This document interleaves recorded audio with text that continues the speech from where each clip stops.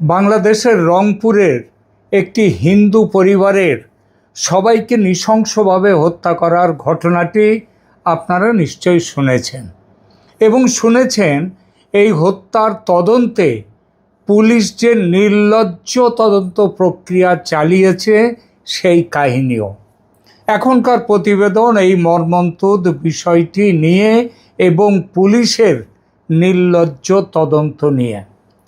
একটি বাড়িতে 4 জন মানুষ থাকতেন, বাবা, মা, তাদের তরুণী কন্যা এবং মাত্র 12 বছরের একটি ছেলে। বাবা গণপতি চক্রবর্তী সারা জীবন শিক্ষকতা করেছেন, রংপুর জেলা স্কুলের ছাত্রদের মানুষ করেছেন। গত ডিসেম্বরেই অবসর নিয়েছিলেন। অবসরের পরে একটু নিশ্চিন্ত জীবন কাটাবেন, অসমাপ্ত বাড়িটির কাজ শেষ করবেন, এমনই স্বপ্ন ছিল। কিন্তু আজ সেই বাড়িতে আলো জ্বলে না। একটা চিতায় বাবা, আর একটা চিতায় মা, তৃতীয় চিতায় তাদের তরুণী কন্যা, চতুর্থ চিতায় 12 বছরের পুত্র সন্তান। একসঙ্গে শেষ হয়ে গেল একটা গোটা পরিবার। এবং এত বড় হত্যাকাণ্ডের পর বাংলাদেশের পুলিশ যে গল্পটি শোনাচ্ছে সেটি শুনে শুধু বিস্মিত নয়, আতঙ্কিত হতে হয়। পুলিশ বলছে 2 যুবক গণপতিবাবুর বাড়ির ছাদে বসে নেশার দ্রব্য ইয়াবা খাচ্ছিল। গণপতিবাবু নাকি তাদের দেখে ফেলেন, তাই তাকে হত্যা করা হয়। এরপর একে একে স্ত্রী, কন্যা এবং শিশুপুত্রকেও মেরে ফেলা হয়, যাতে কেউ হত্যাকারীদের চিনিয়ে দিতে না পারে। শিশুপুত্রটি ঘুমোচ্ছিল, তার দেখে ফেলার কোনো উপায় ছিল না, পুলিশের ভাষ্য। তবু ঘুমন্ত অবস্থায় তার নাকে মুখে বালিশ চাপা দিয়ে মেরে ফেলা হয়। তারপর খুনিরা নাকি সেই বাড়িতেই কয়েক ঘন্টা কাটায়, স্নান করে, ফ্রিজ খুলে খেজুর আর শশা খায়, ঘর তছনছ করে এবং বাড়িতে তালা লাগিয়ে চলে যায়। 2 জন নেশাড়ু যুবককে গ্রেপ্তারও করা হয়েছে। দুজনেই হিন্দু।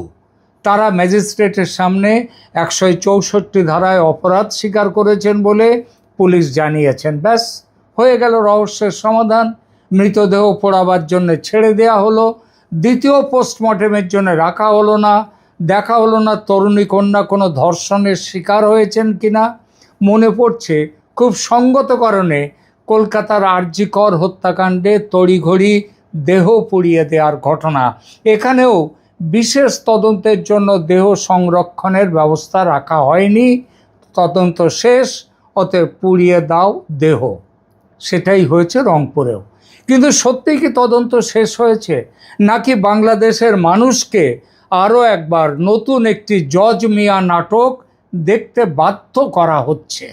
আমি বলছি না গ্রেপ্তার হওয়া 2 যুবক নির্দোষ, এটা আমি কখনোই বলছি না, আর এই মুহূর্তে তো বলছিই না। আমি এটাও বলছি না যে পুলিশের বক্তব্য পুরো মিথ্যে। কিন্তু এতগুলো অসঙ্গতি আছে যার উত্তর না দিয়ে শুধু একটি স্বীকারোক্তিকে সামনে এনে তদন্ত শেষ করে দিলে সন্দেহ উঠবেই। কারণ বাংলাদেশের ইতিহাস বলছে পুলিশের হেফাজতে তৈরি স্বীকারোক্তি কখনো কখনো সত্য উদ্ঘাটনের অস্ত্র নয়, বরং সত্য চাপা দেওয়ার পর্দা হয়ে ওঠে। প্রথম প্রশ্ন, 4 জনকে কেন হত্যা করতে হলো? ধরা যাক 2 যুবক সত্যিই ছাদে ইয়াবা খাচ্ছিল। গণপতিবাবু তাদের চিনে ফেললেন, ঝগড়া হলো, মাদকের প্রভাবে তারা গণপতিবাবুকে হত্যা করলো। ভয়াবহ, কিন্তু অপরাধের জগতে এমনটা অসম্ভব নয়। কিন্তু তারপর তার স্ত্রীকে শ্বাসরোধ করে হত্যা করা হলো। উচ্চশিক্ষিতা তরুণী কন্যাকে কয়েক মিনিট ধরে গলায় দড়ি পেঁচিয়ে হত্যা করা হলো। শেষে 12 বছরের ঘুমন্ত শিশুকে কাপড় ও বালিশ চাপা দিয়ে হত্যা করা হলো। তারপর 2 খুনি শান্তভাবে 6 ঘন্টা সেই বাড়িতে থাকলো, গোসল করলো, খাওয়া দাওয়া করলো, আলমারি তছনছ করলো, বিদ্যুৎ বিচ্ছিন্ন করে দিল এবং দরজায় তালা লাগিয়ে বেরিয়ে গেল। এই তো পুলিশের গল্প। আচ্ছা, এসব কি এতগুলো ঘটনা কি হঠাৎ রাগের মাথায় ঘটে যাওয়া কোনো অপরাধের আচরণ হতে পারে, নাকি ঠান্ডা মাথায় আলামত বা প্রমাণ লোপাট করে অন্যরকম দৃশ্য তৈরি করার চেষ্টা? এটা পুলিশ বলছে ডাকাতির ঘটনা বলে দেখানোর জন্যে নাকি ঘর তছনছ করা হয়? তাহলে প্রশ্ন, পুলিশ প্রথমে ঘটনাটিকে সম্ভাব্য ডাকাতি বলেছিল কেন? তখনই তো বলতে পারত এটা ডাকাতির ঘটনা, ডাকাতি করার জন্য তারা এসেছিল। তারপর বিদ্যুৎ কখন এবং কোথা থেকে বিচ্ছিন্ন হয়েছিল সেটা কি পুলিশ দেখেছে? খুনের আগে না পরে? বাড়ি থেকে টাকা, গয়না কিংবা মোবাইল ফোন কি কিছু উধাও হয়েছে সেটা কি পুলিশ দেখেছে? আরও ভয়ঙ্কর তথ্য, স্বজনদের হাতে মৃতদেহ তুলে দেওয়ার পরে তারা দেখেছে নিহতদের মুখ পোড়ানো হয়েছে। সিআইডির একজন কর্মকর্তা বলেছেন মুখে কোনো দাহ্য পদার্থ ঢালা হয়ে থাকতে পারে। কী ধরনের দাহ্য পদার্থ? সেটা সঙ্গে নিয়েই কি তারা ইয়াবা খেতে উঠেছিল ছাদে? তা যদি হয়ে থাকে তবে নেশা করতে এসেছিল তারা, নাকি খুন করার পরিকল্পনা নিয়ে এসেছিল? তাহলে তো পুলিশের যে থিসিস যে ইয়াবা খাওয়া দেখতে পাওয়ার ফলেই রাগের মাথায় এই খুন, সেই থিসিসটা তো বিসমিল্লায় গলদ এটা প্রমাণ হয়ে যায়। ইয়াবা খেতে দেখে ফেলায় খুন, তারপর মুখ পুড়িয়ে দেওয়ার প্রয়োজনটাই বা কি? পরিচিত মানুষদের পরিচয় গোপন করার জন্য, নাকি অপমান করার জন্য মৃতদের, নাকি ফরেনসিক আলামত নষ্ট করার জন্য? মুখে কি তাহলে অন্য কিছু ছিল যে আলামত নষ্ট করার দরকার হয়েছিল, নাকি গোটা ঘটনার পেছনে আরও গভীর কোনো কাহিনী, গভীর কোনো বিদ্বেষ ছিল? কি সেই বিদ্বেষ? এই প্রশ্নগুলোর উত্তর পুলিশ খোঁজেনি, খোঁজার চেষ্টাও করেনি, ফলে আমরাও সেটা জানতে পারছি না। দ্বিতীয় প্রশ্ন, টাকার সূত্রটা কেন গুরুত্ব পাচ্ছে না? গণপতি চক্রবর্তী গত বছরের 31শে ডিসেম্বর অবসর নিয়েছিলেন। তার স্কুলের প্রধান শিক্ষকের বক্তব্য অনুযায়ী বাড়ির অসমাপ্ত অংশের কাজ করার জন্য তিনি প্রভিডেন্ট ফান্ড থেকে 15 লাখ টাকা তুলেছিলেন মাসখানেক আগে। সামাজিক মাধ্যমে 60 লাখ টাকা পাওয়ার দাবি ঘুরছে, কিন্তু সেই অঙ্কের নির্ভরযোগ্য নথি এখনও প্রকাশিত হয়নি। আচ্ছা, ডিসেম্বরে যদি তিনি অবসর নিয়ে থাকেন, তাহলে এখনও অবধি মানে 1 মাস আগে তিনি 15 লাখ টাকা প্রভিডেন্ট ফান্ড থেকে তুলেছেন। তার মানে প্রভিডেন্ট ফান্ডের টাকা হয়তো 15 লাখ জমেছিল, কিন্তু তার বাকি টাকাগুলো তাকে পেমেন্ট করা হয়েছিল কি হয়নি সে খবর কেউ জানে না। আর এই জন্যই বাজারে একটা কথা শোনা যাচ্ছে যে তিনি 60 লাখ টাকা নাকি অবসরের পরে তিনি পেয়েছিলেন। যদিও সরকারের এখন যা অবস্থা, তাতে অবসরের পর 60 লাখ টাকা দেওয়ার মতো ক্ষমতা কিংবা ইচ্ছা সেটা এই সরকারের আছে কিনা বলা যায় না। তবে 15 লাখ টাকা যে তিনি তুলেছেন সেই তথ্যটি সংবাদ মাধ্যমে প্রধান শিক্ষকের বক্তব্য সহ এসেছে। সেই টাকা কোথায় ছিল? ব্যাংকে না বাড়িতে? হত্যার পর সেই টাকা অক্ষত আছে কি না? পুলিশ কি ব্যাংকের হিসাব পরীক্ষা করেছে? আরও গুরুত্বপূর্ণ, গণপতিবাবুর বড় ভাই গোপীনাথ চক্রবর্তী প্রকাশ্যে জানিয়েছেন বাড়ি নির্মাণের সময় চাঁদা চাওয়া নিয়ে বিরোধ হয়েছিল। তার সন্দেহ হত্যাকাণ্ডটি পরিকল্পিত এবং সেই পুরনো বিরোধের সঙ্গে এর সম্পর্ক থাকতে পারে। স্থানীয় মহলে আরও গুরুতর অভিযোগ শোনা যাচ্ছে, যে সেই অভিযোগটা হলো অবসরের টাকা থেকে একটি অংশ চাঁদা হিসেবে দাবি করা হয়েছিল। না দিলে বাড়ি করতে দেয়া হবে না, শুধু তাই না, কন্যার ক্ষতি করার হুমকিও দেয়া হয়েছিল। এটা শোনা যাচ্ছে। এটা ঠিক যে চাঁদাবাজদের দলীয় পরিচয়, 60 লাখ টাকার অঙ্ক কিংবা কন্যাকে ধর্ষণের হুমকির অভিযোগ, এখনও প্রকাশ্য নথি বা নির্ভরযোগ্য তদন্তে প্রমাণিত হয়নি। আসলে তদন্তই তো হলো না, আর তাহলে প্রমাণটা কি হেঁটে হেঁটে পুলিশের কাছে আসবে? তাই এগুলোকে অভিযোগ হিসেবে আমি ধরছি, চূড়ান্ত সত্য হিসেবে ধরছি না। তবে অভিযোগ হলেও এগুলো যে গুরুতর অভিযোগ সেটা বলার অপেক্ষা রাখে না। প্রশ্ন হলো, পুলিশ কি এগুলো তদন্ত করেছে? কারা চাঁদা চেয়েছিল? কোনো ফোন কল, বার্তা, সাক্ষী বা পুরনো অভিযোগ আছে কি না? নির্মাণ কাজের ঠিকাদার ও শ্রমিকদের জিজ্ঞাসাবাদ করা হয়েছে কি না? নাকি ইয়াবার গল্প পাওয়া গেছে বলেই বাকি সব দরজা বন্ধ করে দেয়া হলো? কারণ সেটাই সরকার এবং পুলিশের কাছে, সেইটাই তাদের চাওয়া, সেইটাই। দুই অভিযুক্ত খুনি নাকি তারা খুনের সহযোগী, নাকি বলির পাঁঠা? গ্রেপ্তার দুই যুবকের পরিবার ও পরিচিতরা দাবি করছেন তারা নেশাসক্ত নন, এমনকি বিড়ি সিগারেটও নাকি খায় না।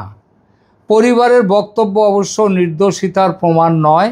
বহু অপরাধীর পরিবারও বিশ্বাস করে তাদের সন্তান এমন কাজ করতে পারে না। অন্যদিকে পুলিশ কাউকে ইয়াবা সেবী বললেই সেটিও প্রমাণ হয়ে যায় না। এই যে এদের শরীরের টক্সিকোলজি, যে দুজন খুনি বলে ধরা হয়েছে তাদের শরীরের টক্সিকোলজি পরীক্ষা করা হয়েছিল কি? বাড়ি বা পোশাক থেকে কি ইয়াবা পাওয়া গেছে? ছাদ থেকে তাদের আঙুলের ছাপ, ডিএনএ বা মাদকের প্যাকেট কি উদ্ধার হয়েছে? মৃতদের শরীর ও নখে অভিযুক্তদের ডিএনএ মিলেছে কি? অভিযুক্তদের মোবাইল লোকেশন কি বলছে? ঘটনার রাতে তারা কাদের সঙ্গে যোগাযোগ করেছিলেন? পুলিশ বলছে একজনকে ধরতে গেলে অন্যজন পালানোর চেষ্টা করেছিল, এটিও সন্দেহের কারণ। আবার দুজনেই ম্যাজিস্ট্রেটের সামনে হত্যার কথা স্বীকার করে ফেলেছে প্রায় সঙ্গে সঙ্গে, সেটিও অত্যন্ত গুরুত্বপূর্ণ। কিন্তু স্বীকারোক্তি যতই গুরুত্বপূর্ণ হোক, ফরেনসিক প্রমাণ দিয়ে সেটা সমর্থিত হতে হবে। কারণ বাংলাদেশের ইতিহাসে এমন একজন মানুষ আছেন যিনি ম্যাজিস্ট্রেটের সামনে ভয়ঙ্কর সন্ত্রাসী হামলার দায় স্বীকার করেছিলেন, অথচ পরে প্রমাণিত হয়েছিল পুলিশের শেখানো মিথ্যে গল্প বলতে তাকে বাধ্য করা হয়েছিল। তার নাম কি? জজ মিয়া। বাংলাদেশে পুলিশি ব্যবস্থায়, বিচার ব্যবস্থায় জজ মিয়া নামটা খুব পরিচিত। বাংলাদেশের সবচেয়ে কুখ্যাত পুলিশি নাটক জজ মিয়া। 2004 সালের 21শে আগস্ট ঢাকার বঙ্গবন্ধু এভিনিউয়ে আওয়ামী লীগের সমাবেশে সামরিক মানে মিলিটারি গ্রেনেডের হামলা হয়েছিল। তখন বিরোধী নেত্রী শেখ হাসিনা বক্তৃতা শেষ করেছেন। ঠিক সেই সময় একের পর এক গ্রেনেড নিক্ষেপ করা হয় তাদের উদ্দেশ্যে। আইভি রহমান সহ 24 জন নিহত হন, কয়েকশো মানুষ আহত হন। শেখ হাসিনা অল্পের জন্য প্রাণে বেঁচে যান, কিন্তু তার কানে আঘাত লাগে। আজ অবধি তিনি কানে ভালো শুনতে পান না। বাংলাদেশের রাজনৈতিক ইতিহাসে এটা শুধু একটি সন্ত্রাসী হামলা নয়, একটি রাজনৈতিক দলের শীর্ষ নেতৃত্বকে একসঙ্গে নিশ্চিহ্ন করার প্রচেষ্টা ছিল। আর এই প্রচেষ্টা কাদের? তখন ক্ষমতায় ছিল খালেদা জিয়ার বিএনপি জামাত জোট সরকার। তারেক রহমান ছিলেন ক্ষমতার একটা প্রভাব কেন্দ্রের নিয়ন্ত্রক। তার রাজনৈতিক কার্যালয় ছিল হাওয়া ভবন, যে হাওয়া ভবনকে ঘিরে প্রশাসন, ব্যবসা এবং রাষ্ট্রীয় সিদ্ধান্তে প্রভাব বিস্তারের বিস্তর অভিযোগ ছিল। কিন্তু গ্রেনেড হামলার তদন্তে প্রকৃত অপরাধীদের অনুসন্ধানের বদলে সামনে আনা হলো নোয়াখালীর দরিদ্র যুবক জামাল আহমেদকে, যিনি জজ মিয়া নামে পরিচিত। জজ মিয়া ঢাকায় পোস্টার ও ক্যাসেট বিক্রি করে সংসার চালাতেন। 2005 সালে সিআইডি তাকে গ্রামের বাড়ি থেকে তুলে নিয়ে যায়। রিমান্ডে নির্যাতন করা হয়, ক্রস ফায়ারে মেরে ফেলার ভয় দেখানো হয়। বলা হয় পুলিশের শেখানো বক্তব্য অনুযায়ী স্বীকারোক্তি দিলে তিনি বাঁচবেন, তাকে বিদেশে পাঠানো হবে এবং তার পরিবারের দায়িত্ব নেওয়া হবে। এরপর জজ মিয়া ম্যাজিস্ট্রেটের সামনে 164 ধারায় স্বীকারোক্তি দিলেন। পুলিশ ঘোষণা করল রহস্য উদ্ঘাটিত। কিন্তু অনুসন্ধানী সাংবাদিকেরা, দুঃখের কথা সেই সাংবাদিক, সেই মিডিয়া আর আজকের বাংলাদেশে নেই। কিন্তু সেদিন অনুসন্ধানী সাংবাদিকরা আবিষ্কার করলেন পরে যে সিআইডি জজ মিয়ার মাকে প্রতি মাসে 2000-2500 করে টাকা দিচ্ছিল। টাকা দেয়া বন্ধ হওয়ার পর পরিবার গোটা ব্যবস্থা ফাঁস করে দেয়। পরে পুনর্তদন্তে দেখা যায় জজ মিয়ার সঙ্গে হামলার ওই গ্রেনেড হামলার কোনো সম্পর্কই ছিল না। তাকে ব্যবহার করা হয়েছিল একটি সাজানো গল্পের প্রধান চরিত্র নায়ক হিসেবে। অর্থাৎ পুলিশি হেফাজতের স্বীকারোক্তি এবং ম্যাজিস্ট্রেটের সামনে 164 ধারার জবানবন্দি দুটোই ছিল ঝুট। পুরো গল্পটা ছিল মিথ্যে, সত্যের একেবারে বিপরীত। তারেক রহমানের ইতিহাসও বলতে হবেই এই প্রসঙ্গে। 21শে আগস্ট মামলার পরবর্তী তদন্তে হরকাতুল জিহাদের নেতা মুফতি হান্নান, বিএনপি সরকারের প্রাক্তন স্বরাষ্ট্র প্রতিমন্ত্রী লুৎফুজ্জামান বাবর, প্রাক্তন উপমন্ত্রী আব্দুস সালাম পিন্টু এবং বিভিন্ন গোয়েন্দা ও পুলিশ কর্মকর্তার নাম উঠে আসে ওই গ্রেনেড হামলা প্রসঙ্গে। 2011 সালের সম্পূরক অভিযোগপত্রে তারেক রহমানকেও অপরাধী হিসেবে অন্তর্ভুক্ত করা হয়। রাষ্ট্রপক্ষের অভিযোগ ছিল হাওয়া ভবনে তারেক রহমান স্বয়ং গ্রেনেড ষড়যন্ত্রের বৈঠক করেছিলেন এবং রাষ্ট্রযন্ত্র ব্যবহার করে হামলাকারীদের রক্ষা করা এবং তদন্তকে বিপথে চালানো হয়েছিল তারেক রহমানের নেতৃত্বে।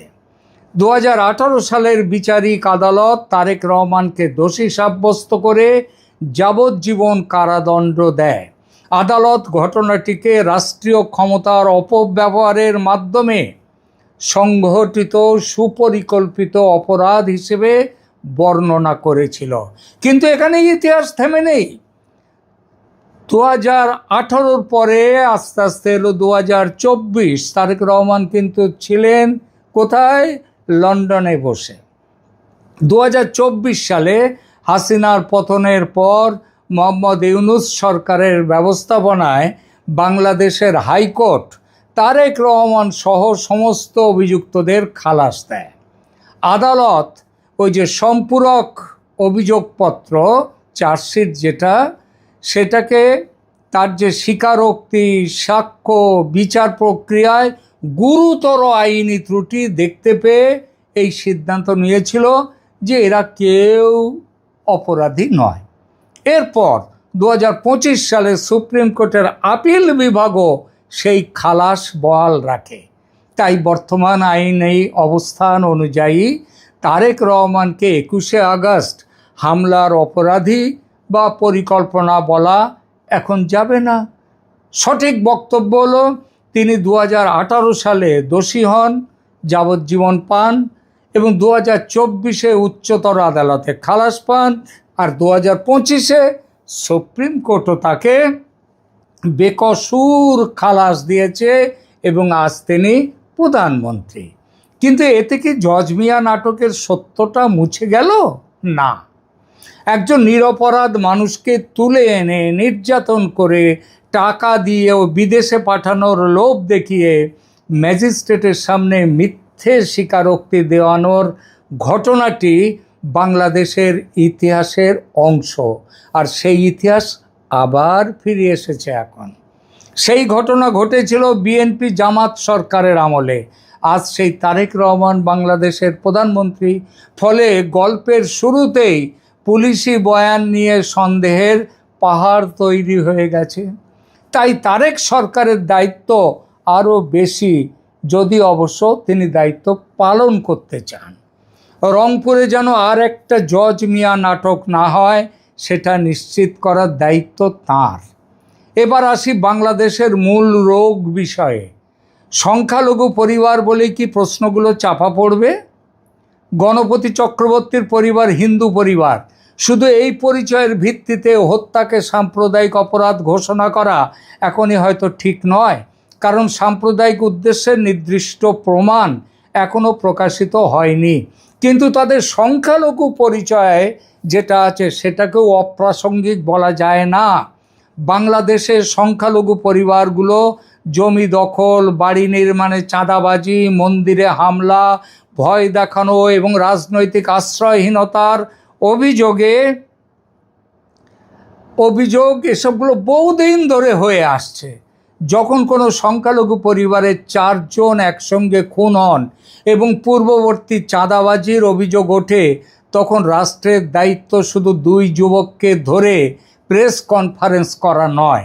2 জন হিন্দু যুবককে ধরল পুলিশ, আর তার ফলে ঘটনার সাম্প্রদায়িক অ্যাঙ্গেল উধাও হয়ে গেল, কর্পূরের মতো উবে গেল। এটা কোনো বিশ্বাসযোগ্য গল্প নয়। রাষ্ট্রকে প্রমাণ করতে হবে হত্যার পেছনে সাম্প্রদায়িক বিদ্বেষ ছিল কিনা, চাঁদাবাজির অভিযোগ সত্যি কিনা, কোনো রাজনৈতিকভাবে প্রভাবশালী ব্যক্তি যুক্ত কিনা, ধৃত 2 জন একাই অপরাধ করেছে না তাদের পেছনে অন্য নির্দেশদাতা ছিল, পরিবারের অর্থ সম্পত্তি দখলের কোনো পরিকল্পনা ছিল কিনা, এবং এর পেছনে সাম্প্রদায়িক অ্যাঙ্গেল কতটা তীব্র ছিল কিনা। তারেক রহমানের সরকার যদি ভেবে দেখে সংখ্যালঘুদের শুধু উৎসবের সময় নিরাপত্তা দেবেন আর সেটুকু নিরাপত্তা দিয়ে দায়িত্ব শেষ করবেন, সেটা চলবে না। সংখ্যালঘুর বাড়ি, জমি, কন্যার সম্মান এবং জীবনকে সমান মূল্য দিতে হবে, নইলে নাগরিকত্ব, আমার সোনার বাংলা, ওর কথাগুলো কাগজে থাকবে, নিরাপত্তা থাকবে সংখ্যাগরিষ্ঠের অনুমতির ওপর, তাদের মর্জির ওপর, বাংলাদেশে যেটা সাধারণ রোগের লক্ষণ। এবার আসি বিচার ব্যবস্থার নামে যে প্রহসন চলছে বাংলাদেশে, সেই প্রসঙ্গে 2টো কথায়।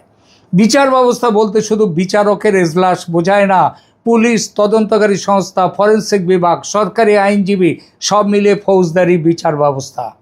কিন্তু এই পুলিশ যদি প্রথমেই ভুল বা সাজানো মোটিভ স্থির করে থাকে, পরে সব প্রমাণকে সেই গল্পের সঙ্গে মেলাতে থাকে, তাহলে আদালতে পৌঁছানোর আগেই বিচার বিকৃত হয়ে যায়। আর আদালতের যে বিচারকদের, তাদেরকে কিভাবে তাড়িয়ে দিয়ে ওই 2024 আগস্টের বিপ্লব, তথাকথিত বিপ্লবের পর নতুন লোকদেরকে সেখানে বসানো হয়েছে, তাদের রাজনীতি দেখে, তাদের বিচার ব্যবস্থায় তারা যেভাবে করছে সেগুলো দেখে, তাদের রাজনৈতিক মতামত দেখে, তাহলে বিচার তো বিকৃত হবে। জজ মিয়া মামলায় ঠিক সেটাই হয়েছিল। আবার রাজনৈতিক সরকার বদলের সঙ্গে যদি তদন্তের কাহিনী, আসামির তালিকা, আদালতে উপস্থিত প্রমাণ সব বদলে যায়, তাহলে সাধারণ মানুষ কাকে বিশ্বাস করবে? শুনতে পাচ্ছেন বাংলাদেশের বিচারপতিরা, প্রধান বিচারপতি, বাংলাদেশের প্রধানমন্ত্রী 2004 থেকে 2025 একই গ্রেনেড হামলা নিয়ে 4টে শাসন পর্বে 4 রকম তদন্ত, রাজনৈতিক কাহিনী তৈরি হয়েছে। 24 জন মারা গেলেন, কয়েকশো মানুষ আজও শরীরে স্প্লিন্টার নিয়ে বেঁচে আছেন। কিন্তু 2 দশকের পরে সর্বোচ্চ আদালতে সব অভিযুক্ত খালাস। তাহলে হামলাটা করলো কে?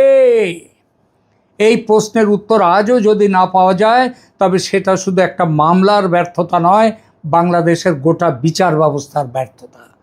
বাংলাদেশের পচে যাওয়া বিচার ব্যবস্থার দুর্গন্ধের পরিচয় এগুলো। রংপুরের ক্ষেত্রে যেন সেই একই পরিণতি না হয়। কি করতে হবে তারেক রহমান সরকারকে? প্রথমত পুলিশি প্রেস ব্রিফিংকে চূড়ান্ত সিদ্ধান্ত হিসেবে যে প্রচার করা হচ্ছে, সেই প্রচার বন্ধ করতে হবে এক্ষুনি। দ্বিতীয়ত সিআইডি ও ফরেনসিক বিশেষজ্ঞদের দিয়ে স্বাধীনভাবে সমস্ত প্রমাণ পরীক্ষা করাতে হবে। তৃতীয়ত অভিযুক্তদের mobile location, call record, DNA, আঙুলের ছাপ, সিসিটিভি ফুটেজ প্রকাশযোগ্য পর্যায়ে আদালতে জমা দিতে হবে। চতুর্থত গণপতিবাবুর ব্যাংকের হিসাব এবং অবসরের অর্থের গতিপথ পরীক্ষা করতে হবে। পঞ্চমত, বাড়ি নির্মাণের সময় কারা চাঁদা চেয়েছিল তাদের নাম, রাজনৈতিক পরিচয় এবং অভিযুক্তদের সঙ্গে যোগাযোগ খতিয়ে দেখতে হবে। ষষ্ঠত, মুখ পোড়াতে ব্যবহৃত পদার্থটা ঠিক কী এবং কেন ব্যবহার হয়েছিল তার ফরেনসিক উত্তর দিতে হবে। সপ্তমত, সংখ্যালঘু সম্প্রদায়ের প্রতিনিধি, মানবাধিকার কর্মী এবং পরিবারের আইনজীবীকে তদন্তের অগ্রগতি নিয়মিত জানাতে হবে। প্রয়োজনে বিচার বিভাগীয় তদন্ত কমিশন গঠন করা হোক। শুধু পুলিশ নিজের তদন্ত নিজেই যাচাই করলে সন্দেহ দূর হবে না। শেষ কথা তাহলে কি বন্ধুরা, গণপতি চক্রবর্তী শুধু একজন হিন্দু শিক্ষক ছিলেন না, তিনি বাংলাদেশের একজন নাগরিক ছিলেন। তার স্ত্রী, তার উচ্চশিক্ষিত কন্যা, 12 বছরের শিশুপুত্র, তারা কোনো রাজনৈতিক পরিসংখ্যান নন। তাদের প্রত্যেকের একটা জীবন ছিল, ভবিষ্যৎ ছিল, স্বপ্ন ছিল। আজ 4টি জীবন নিভে যাওয়ার পর সবচেয়ে বড় অপরাধ হবে তাদের মৃত্যুকেও একটা সুবিধাজনক পুলিশি গল্পের নিচে চাপা দিয়ে দেয়া। গ্রেপ্তার 2 যুবক অপরাধী হলে বৈজ্ঞানিক প্রমাণ দিয়ে তাদের সর্বোচ্চ শাস্তি নিশ্চিত করা হোক। কিন্তু তাদের পেছনে কোনো নির্দেশদাতা থাকলে, কোনো চাঁদাবাজ গোষ্ঠী থাকলে, কোনো রাজনৈতিক ছত্রছায়া থাকলে, কোনো সাম্প্রদায়িক অ্যাঙ্গেল থাকলে, সেই অ্যাঙ্গেল কারা এনেছে তাদেরও সামনে আনতে হবে। 2 দরিদ্র বা নিম্নবিত্ত যুবককে 4টি হত্যার সম্পূর্ণ দায় দিয়ে প্রভাবশালীদের বাঁচিয়ে দেয়া হলে বাংলাদেশের মানুষ আবার বলবে, জজ মিয়া মরেনি, শুধু তার নাম বদলেছে। প্রধানমন্ত্রী তারেক রহমানের সামনে তাই এটি শুধু একটি হত্যা মামলা নয়, তার সরকারের বিশ্বাসযোগ্যতার পরীক্ষা।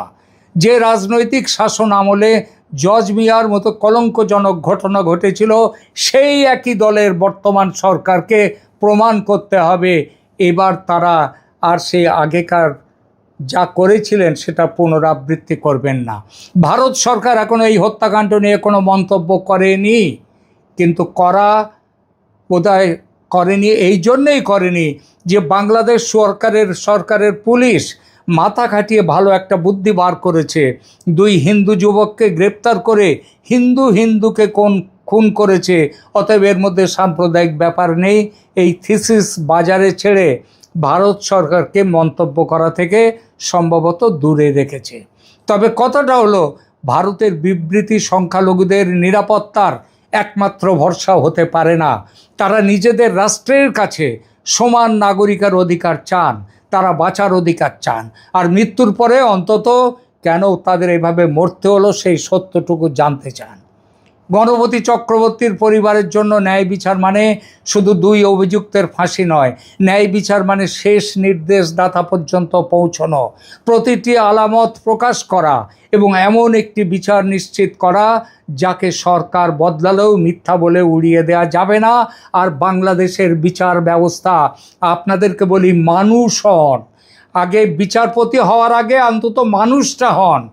তাই প্রশ্নটা খুব সরল, রংপুর পুলিশ কি 4টি হত্যার রহস্যের সমাধান করেছে, নাকি আরও একবার একটি ভয়াবহ সত্যের সামনে 2 নতুন জজ মিয়াকে দাঁড় করিয়ে দিয়েছে? উত্তরটা বাংলাদেশের সরকারকে দিতে হবে, বাংলাদেশের বিচার ব্যবস্থাকে দিতে হবে, বাংলাদেশের পুলিশি ব্যবস্থাকে দিতে হবে। এবং উত্তর না পাওয়া পর্যন্ত প্রশ্ন থামানো যাবে না। এবং এই অবস্থা যদি চলতে থাকে তাহলে বলতে হবে, ছি বাংলাদেশের পুলিশি ব্যবস্থা, ছি বাংলাদেশের বিচার ব্যবস্থা, ছি বাংলাদেশের সরকার। এখানেই রাখছি, ধন্যবাদ।